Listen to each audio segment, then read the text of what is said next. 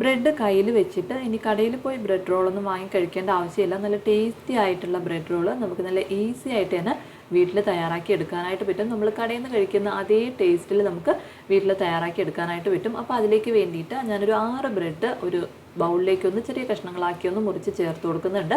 വലിയ ബ്രെഡ് ആണെന്നുണ്ടെങ്കിൽ ഒരു 4 ബ്രെഡൊക്കെ മതിയാവും. ഞാനിപ്പോൾ എടുത്തിട്ടുള്ളത് നല്ല ചെറിയ ബ്രെഡാണ്. ഈ ബ്രെഡ് ഒന്ന് പൊടിച്ച് ബൗളിലേക്ക് ചേർത്തതിന് ശേഷം ഇതിലേക്ക് കുറച്ച് വെജിറ്റബിൾസ് കൂടെ ഒന്ന് ചേർത്ത് കൊടുക്കണം.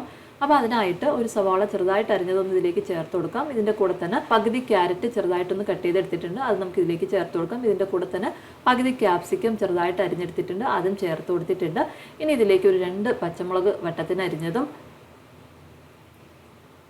കുറച്ച് മല്ലിയിലയും കൂടി ഒന്ന് ചേർത്തതിന് ശേഷം നമുക്കിതിലേക്ക് 1 ടീസ്പൂൺ അളവിൽ ഇഞ്ചി വെളുത്തുള്ളി പേസ്റ്റും 1/2 ടീസ്പൂൺ അളവിൽ മുളക് പൊടിയും 1/2 ടീസ്പൂൺ അളവിൽ ഗരം മസാലയും ആവശ്യത്തിനുള്ള ഉപ്പും കൂടി ഒന്ന് ചേർത്തതിന് ശേഷം ഒട്ടും തന്നെ വെള്ളമൊന്നും ചേർക്കാതെ നമുക്ക് നന്നായിട്ടൊന്ന് കുഴച്ചെടുക്കണം. ഇതിൻ്റെ കൂടെ തന്നെ നമുക്കൊരു 1/4 കപ്പ് അളവിൽ മൈദ കൂടെ ചേർത്തിട്ട് നല്ലതുപോലെ ഒന്ന് കുഴച്ചെടുക്കാം.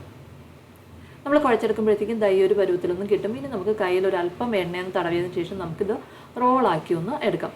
ഇനി നമ്മൾ ഷേപ്പാക്കി എടുത്തിട്ടുള്ള ഈ ബ്രെഡ് നമുക്ക് മൈദയിലൊന്ന് മുക്കി ബ്രെഡിൻ്റെ പൊടി വെച്ചിട്ടൊന്ന് കോട്ട് ചെയ്ത് വേണം ഒന്ന് ഫ്രൈ ചെയ്തെടുക്കാനായിട്ട്. അപ്പോൾ അതിനായിട്ട് ഞാനൊരു 2 സ്പൂൺ അളവിൽ മൈദയിൽ ഒരു അല്പം വെള്ളം ചേർത്ത് കുറച്ചൊന്ന് ലൂസായിട്ടുള്ള പരുവത്തിലൊന്ന് കുഴച്ചെടുത്തിട്ടുണ്ട്.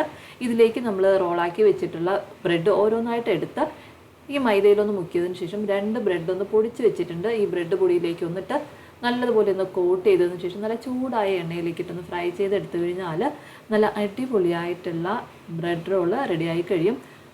അപ്പോൾ വീഡിയോ ഇഷ്ടപ്പെടുകയാണെങ്കിൽ ലൈക്ക് ചെയ്യാനും ഷെയർ ചെയ്യാനും മറക്കല്ലേ.